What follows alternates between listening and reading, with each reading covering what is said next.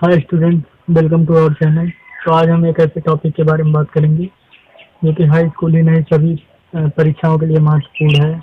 हर वर्ग का बच्चा जो कि गणित पढ़ता है उसके लिए ये जानना जरूरी है। तो आज हम बात करेंगे वृत्त के बारे में। तो वृत्त के बारे में जानने से पहले सबसे पहले जान लेते हैं कि बिंदु पथ क्या होता है। यहीं से कहानी स्टार्ट होती है वृत्त की। तो सबसे पहले हम जान लेते हैं कि बिंदु पथ क्या होता है।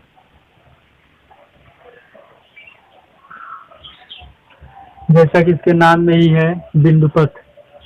बिंदु पथ का मतलब होता है बिंदु के द्वारा तय किया गया पथ, यानी कि बिंदु के द्वारा बिंदु बिंदु से हम जानते हैं रेखाएं बनती हैं। तो यही कॉन्सेप्ट ही बिंदु पथ है। मतलब कोई भी रेखा अगर बनती है तो बिंदुओं के संयोग से बनती है। तो अगर हम कोई भी ऐसे लकीर खींच रहे हैं, कुछ भी मतलब बना रहे हैं अगर, तो उसको ध्यान से देखेंगे तो वो एक बिंदु पथ है। मतलब वो बिंदुओं को जोड़कर बनी है। तो बिंदु पथ मतलब कोई भी अगर हम चिन्ह मार्ग खींचते हैं, ये सभी बिंदु पथ आते हैं बिंदु पथ के रूप में। तो बिंदु पथ क्या है कि बिंदु के द्वारा तय किया गया पथ ही क्या कहलाता है, बिंदु पथ कहलाता है। तो इसके बाद हम अब जान लेते हैं कि वृत्त क्या होता है। सर्कल। तो वृत्त क्या है, क्योंकि ये एक बिंदु पथ ही है तो तभी बिंदु पथ के बारे में बताए हम। तो बताएंगे कि वृत्त एक ऐसे बिंदु का बिंदु पथ है जिसकी किसी एक निश्चित बिंदु से दूरी सदैव बराबर होती है।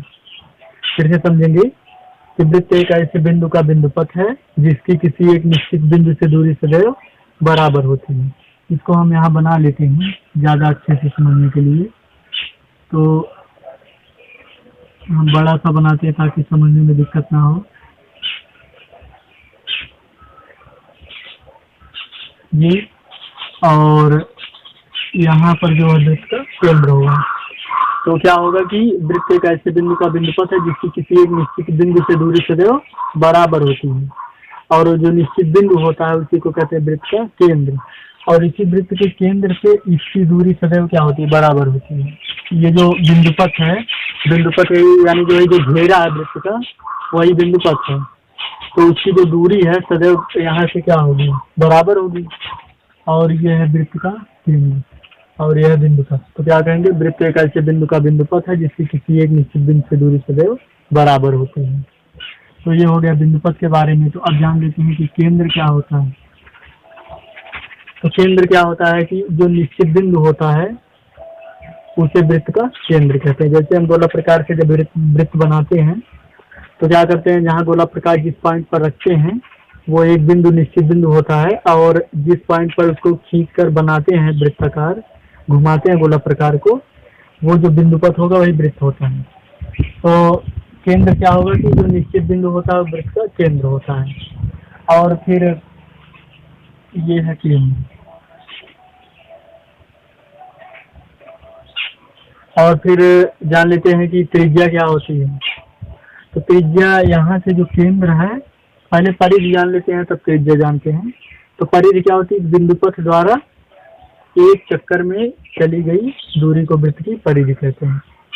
अब ये एक चक्कर में जितनी दूरी तय की गई है, मतलब कि ये जो पूरा किनारा बना है, ये जो बॉर्डर बना है, ये पूरा क्या है, वृत्त की परिधि है।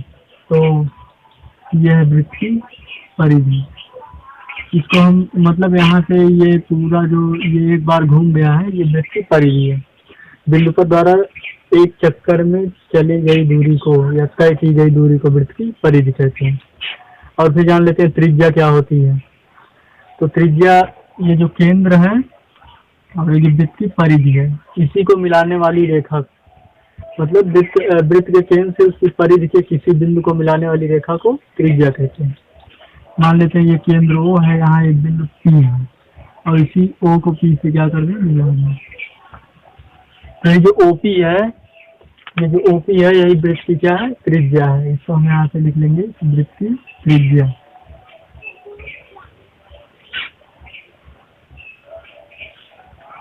और इसके बाद हम जान लेते हैं कि व्यास क्या होता है।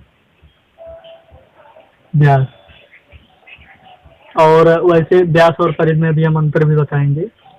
तो जो व्यास होता है ये, इसकी 3 परिभाषाएं होती हैं। और सबसे आसान परिभाषा यही है कि वृत्त के केंद्र से होकर जाने वाली जीवा को व्यास कहते हैं। लेकिन उससे पहले हमको जीवा बताना पड़ेगा। या कह सकते हैं कि ऐसी रेखा जो वृत्त के केंद्र से होकर जाती है और परिधि के दोनों सिरों को मिलाती है, या परिधि के दो बिंदुओं को मिलाने वाली और वृत्त के केंद्र से होकर जाने वाली और परिधि के दोनों बिंदुओं को मिलाने वाली रेखा को व्यास कहते हैं। इसको समझ लेते हैं यहाँ कि ये जो रेखा, इसका हम नाम रख देते हैं कि यस्ती। जो यस्ती है ये वृत्त के केंद्र से होकर जा रही है और परिधि के दो बिंदुओं को मिला रही है, तो ये व्यास है। ये पूरा यस्ती व्यास है। तो इसको अभी हम दोबारा डिफाइन करेंगे। पहले जीवा जान लेते हैं, तो व्यास के बारे में और भी परिभाषा उसको भी बताएंगे। तो जीवा क्या होती है कि इसके बाद है जीवा। तो जीवा क्या होती है कि जो वृत्त की परिधि होती है, तो उसकी परिधि पर दो बिंदु कहीं हम ले लेते हैं और उसके बाद जो दोनों बिंदु हैं उन्हीं दोनों बिंदुओं को मिला देंगे और जो मिलाने वाली रेखा होगी वही क्या होगी, जीवा कहलाएगी। तो क्या कहेंगे, वृत्त की परिधि के किन्हीं दो बिंदुओं को मिलाने वाली रेखा को जीवा कहते हैं। यहाँ से हम यहाँ एक बिंदु ये ले लेते हैं, एक बिंदु ये ले लेते हैं। एक बिंदु को हम मान लेते हैं यम है और एक बिंदु को यन मान लेते हैं। अब इन दोनों को हम क्या कर देंगे, मिला देंगे। तो यही जो यमन है यही वृत्त की क्या है, जीवा। तो वृत्त की जीवा क्या होती है कि वृत्त की परिधि के किन्हीं दो बिंदुओं, परिधि पर स्थित किन्हीं दो बिंदुओं को मिलाने वाली रेखा को जीवा कहते हैं। अब ये दो बिंदु कहीं भी हो सकते हैं, यहाँ हो सकता है, कहीं भी मिला दे दो बिंदुओं को तो वो जीवा होगी। अब व्यास की परिभाषा और आसान हो जाएगी। यही जो जीवा है इसको यहाँ से ले जाए, ये भी जीवा, ये भी जीवा, ये भी, तो एक समय आएगा कि जब केंद्र से होकर जाएगी यही जीवा तो व्यास हो जाएगी। तो क्या कहेंगे कि वृत्त के केंद्र से होकर जाने वाली जीवा को व्यास कहते हैं। व्यास की एक परिभाषा और जान लेते हैं कि वृत्त के केंद्र से होकर जाने वाली जीवा को व्यास कहते हैं। और एक सबसे आसान परिभाषा यह है कि वृत्त की सबसे बड़ी जीवा को व्यास कहते हैं। क्योंकि ये जो व्यास है यहाँ यस्ती, ये वृत्त की सबसे बड़ी जीवा है। तो जो वृत्त की सबसे बड़ी जीवा होती है वो व्यास, उसे व्यास कहते हैं, व्यास कहलाती है। तो इसके बाद हम जीवा के बारे में जान गए और ये बताना था, सूत्र बताना था कि व्यास और परिधि में अंतर क्या है। तो जो वृत्त का व्यास जो होता है ये त्रिज्या का हमेशा दूना होता है और मतलब कि ये जो ओपी है ये इसको आर से दिखाया जाएगा। आर मतलब वृत्त की त्रिज्या। और ये जो एफ पी है ये हमेशा क्या है कि इधर भी एक ओ से एस, ये भी आर है और ओ से पी को मिलाने वाली रेखा ये भी आर है। तो पूरी एस पी अगर हम देखेंगे तो आर प्लस आर ये हो जाएगा 2r। यानी कि ये जो वृत्त का जो व्यास है वो है एस पी और वो है 2r के बराबर। क्यों है, क्योंकि आर इधर एक आर इधर, तो आर प्लस आर हो जाएगा 2r। तो जो वृत्त का व्यास होता है तो बराबर होता है 2r के। 2r मतलब त्रिज्या का दूना। तो वृत्त का व्यास क्या होता है, 2 गुणे त्रिज्या। तो जब भी व्यास निकालना होगा तो जितनी त्रिज्या होगी उसका हम 2 गुना कर देंगे तो हमको व्यास मालूम हो जाएगा। और इसके बाद हम परिधि जान लेते हैं। तो परिधि क्या होती है कि ये व्यास का पाई गुना होती है। हमेशा वृत्त की कोई भी परिधि हो, ये एक तरह से इस पूरी दुनिया का ये चमत्कार है। पाई की खोज इस पर डिपेंड है कैसे हुई थी, इसके बारे में हम अलग से वीडियो में बताएंगे कि ये पाई की खोज यहीं से हुई है। और ये जो व्यास है इसमें पाई का गुणा कर देंगे हमेशा परिधि आ जाती है। मतलब क्या हो जाएगा, परिधि बराबर होता है व्यास गुणे पाई और व्यास होता है 2r इंटू पाई और इसको कहते हैं 2 पाई। जो वृत्त की परिधि होती है वो 2 पाई r होती है। मतलब व्यास में पाई का गुना कर दें और पाई का मान हमको पता ही होगा, नहीं जानते तो जान ले कि 22/7 होता है पाई का मान। तो उसको भाग करते हैं तो मतलब कि 22/7 क्यों होता है, क्योंकि जो यहाँ से जो पाई होता है वो परिधि बटा व्यास हो जाएगा। यहाँ से थोड़ा सा जान लेते हैं, पाई बराबर हो जाएगा, यहाँ से पलट देंगे तो हो जाएगा परिधि बटा व्यास। तो अगर कहने का मतलब अगर परिधि 22 होगी तो व्यास कितना होगा, 7 होगा। तो हमेशा इस अनुपात में होंगे। तो इसके बारे में डिटेल से बताएंगे कहीं। और फिर इसके बाद जान लेते हैं कि चाप क्या होता है। तो बहुत ही आसान है चाप को समझना, कि जैसे हम गोला प्रकार लेते हैं और उसके बाद जो है वही परिधि का हिस्सा काट लेते हैं, उसी को चाप कहते हैं। बहुत ही आसान है। जैसे यहाँ कोई वृत्त हो,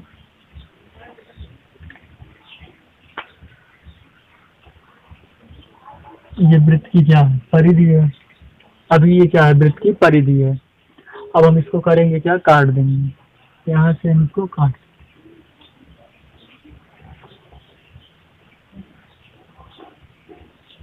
ये हिस्सा ये क्या है, चाप। अब ये क्या हो गया, चाप। मतलब जो वृत्त की परिधि है, वृत्त की परिधि के कटे हुए भाग को चाप कहते हैं। तो बहुत ही आसान है इसको, कि वृत्त की परिधि को कटे हुए भाग को चाप कहते हैं। इसके बाद हम जान लेते हैं कि अर्धवृत्त क्या होता है। अर्धवृत्त, अर्ध मतलब होता है आधा, वृत्त का आधा। तो अर्धवृत्त क्या होगा कि कोई वृत्त होगा, उसका जो व्यास होगा वो वृत्त को 2 बराबर भागों में बांटता है। क्या कहेंगे कि जो वृत्त का व्यास होता है वो वृत्त को 2 बराबर भागों में बांटता है।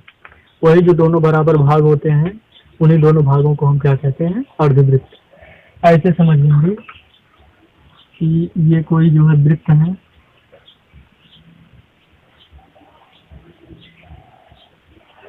और इसका ये व्यास, इसका कुछ नाम हम रख देते हैं। मान लेते हैं इसका नाम ए बी है, इसका चिन्ह ओ। अब ये जो व्यास ए बी है, ये वृत्त को क्या कर रहा है, 2 बराबर भागों में बांट रहा है। एक ये ऊपर वाला भाग और एक ये नीचे वाला भाग। तो इन्हीं दोनों भागों में से प्रत्येक भाग को हम अर्धवृत्त कहते हैं। तो क्या कहेंगे कि वृत्त के व्यास द्वारा काटे गए भाग को अर्धवृत्त कहते हैं। यहाँ से इसको हम अगर मिटा दें, तो जो ऊपर का हिस्सा है यही क्या है, अर्धवृत्त। तो वृत्त के व्यास द्वारा काटे गए भाग को अर्धवृत्त कहते हैं।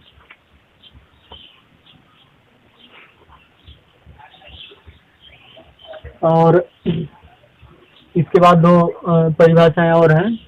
एक है त्रिज्य खंड, एक है वृत्त खंड। इसके बारे में भी जान लेते हैं कि त्रिज्य खंड क्या होता है और वृत्त खंड क्या होता है।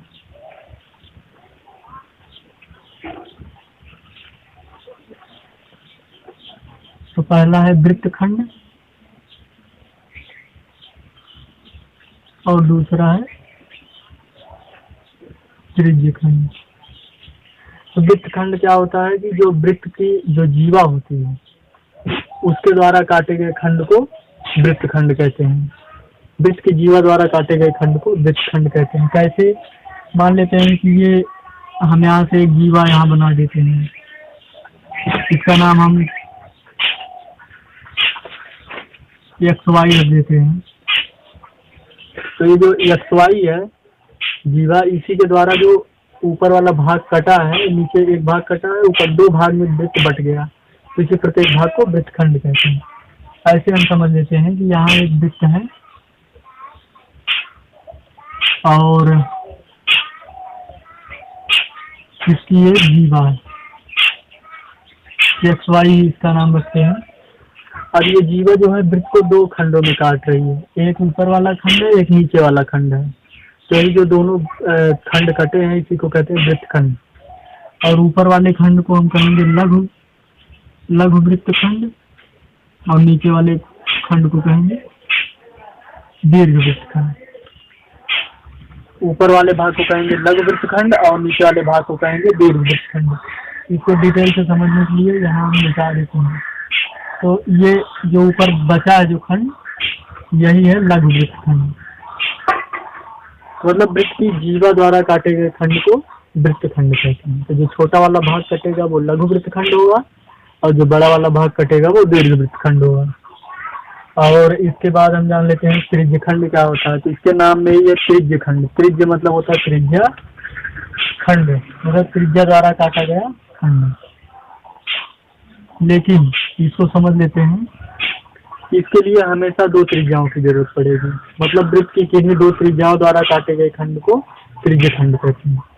जैसे हम यहाँ देख लेते हैं कि ये जो है एक वृत्त है, और इसका केंद्र है ये, और इसकी दो त्रिज्याएं हम कोई मान लेते हैं। इसको हम मान लेते हैं O, इसको A मान लेते हैं, इसको B मान लेते हैं। तो इसकी जो दो त्रिज्याएं हैं OA और OB। अब ये जो OA OB जो दो त्रिज्याएं हैं, इन्हीं के द्वारा जो काटा गया खंड, दो खंडों में ये कट गया है वृत्त, तो इन्हीं दोनों खंडों को हम कहेंगे त्रिज्य खंड। तो ये जो भाग होगा जहाँ हम लिख रहे हैं, ये होगा लघु त्रिज्य खंड, और ऊपर जो होगा ये होगा दीर्घ त्रिज्य खंड।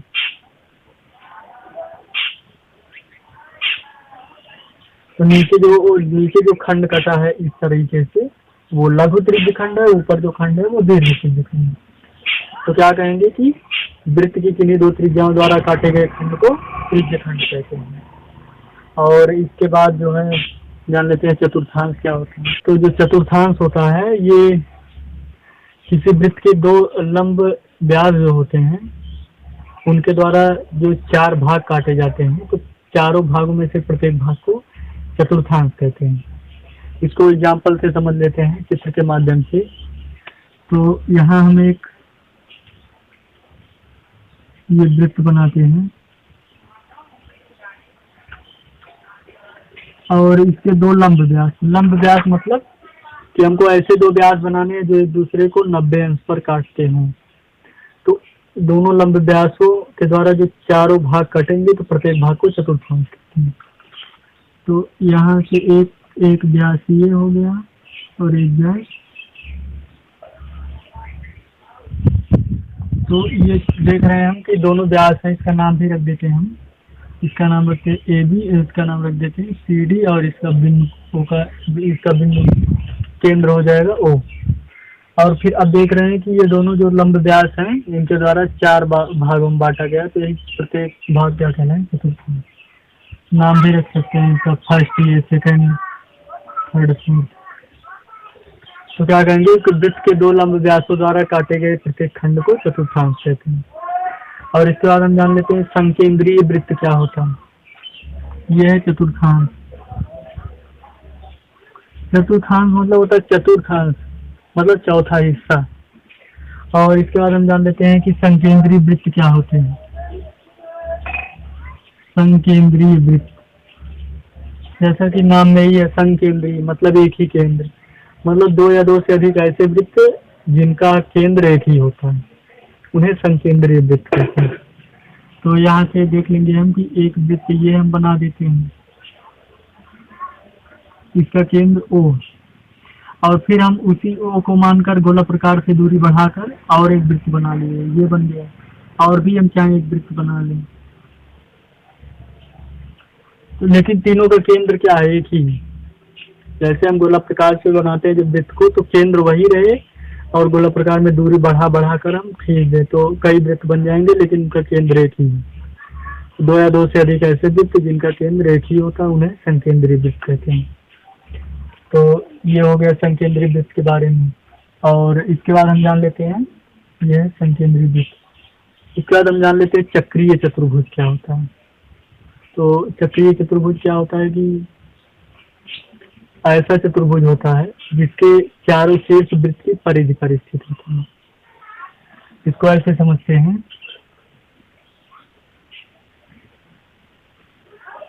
चक्रीय चतुर्भुज। तो एक वृत्त है ये, इसका केंद्र O।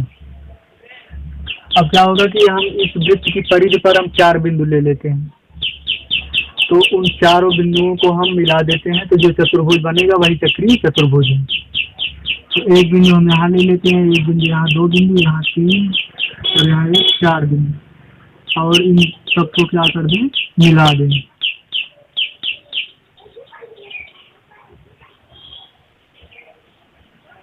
और ये जो ABCD आकृति बन गई है, क्या है, चक्रीय चतुर्भुज। तो क्या कहेंगे कि ऐसा चतुर्भुज जिसके चारों शीर्ष वृत्त की परिधि पर स्थित होते हैं, उसे चक्रीय चतुर्भुज कहते हैं। तो इसके बारे में क्लियर हो गया होगा।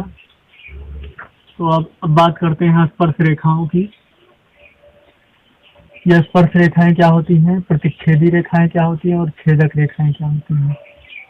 वीडियो लंबा जा रहा है, लेकिन उम्मीद करते हैं कि इसी एक वीडियो के लेक्चर के पढ़ने के बाद दोबारा इस टॉपिक के बारे में पढ़ने की जरूरत नहीं पड़ेगी। तो अब जान लेते हैं हम कि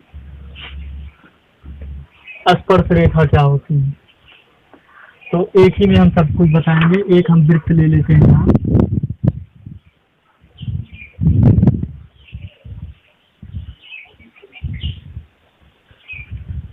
ये वृत्त है और इसका केंद्र हम वो मान लेते हैं। तो स्पर्श रेखा क्या होती है कि ऐसी रेखा जो वृत्त की परिधि को एक बिंदु पर स्पर्श करती हुई जाती है, या एक बिंदु वृत्त की परिधि के किसी बिंदु को किसी एक बिंदु को स्पर्श करती हुई जाती है, उसे स्पर्श रेखा कहते हैं। यहाँ से हम बना लेते हैं ये क्या है, यहाँ से ऐसे एक टच करती हुई जाए, यह स्पर्श रेखा है।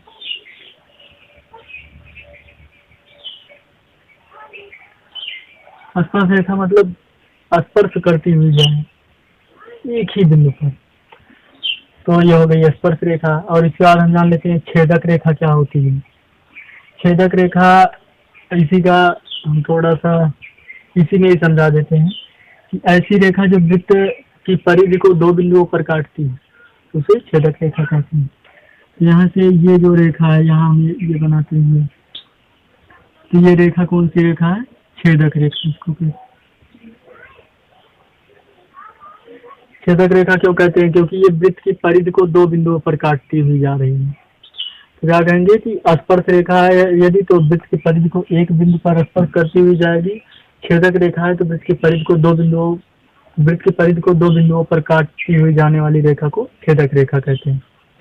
और इसके बाद यहाँ है एक अप्रतिच्छेदी रेखा।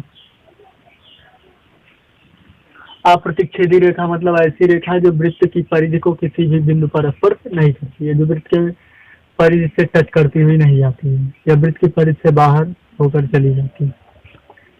तो यहाँ से ये हो जाएगा अप्रतिच्छेदी रेखा।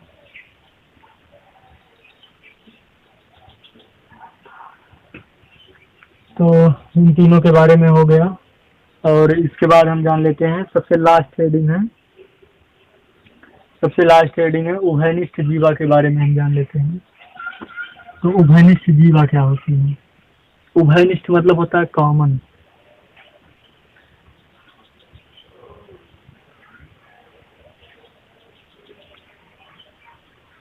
उभयनिष्ठ जीवा, तो इसमें क्या होगा कि दो ऐसे वृत्त होंगे जो एक दूसरे को काटते हैं। तो इस तरीके से दो वृत्त होंगे, बता रहे हैं। एक वृत्त, ये दोनों वृत्त एक दूसरे को काट रहे हैं।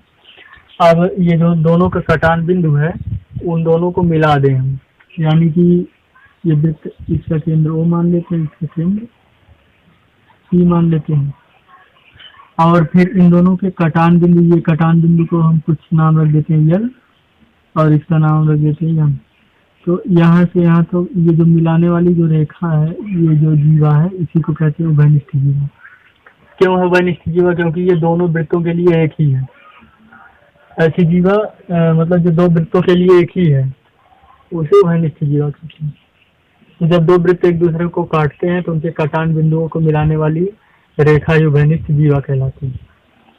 तो उम्मीद करते हैं कि वीडियो समझ में आया होगा। अगर समझ में आया हो तो लाइक करें, मेरे चैनल पर नए सब्सक्राइब जरूर करें, और इसे ज़्यादा से ज़्यादा शेयर करें, क्योंकि सभी विद्यार्थी जो गणित पढ़ने वाले हैं वो सब तक ये बात पहुँचे, क्योंकि इसमें हमने पूरा कॉन्सेप्ट बता दिया वृत्त का। इसके बाद जो भी सवाल और जो भी है उसको अलग वीडियो में बताया जाएगा। देखने के लिए धन्यवाद।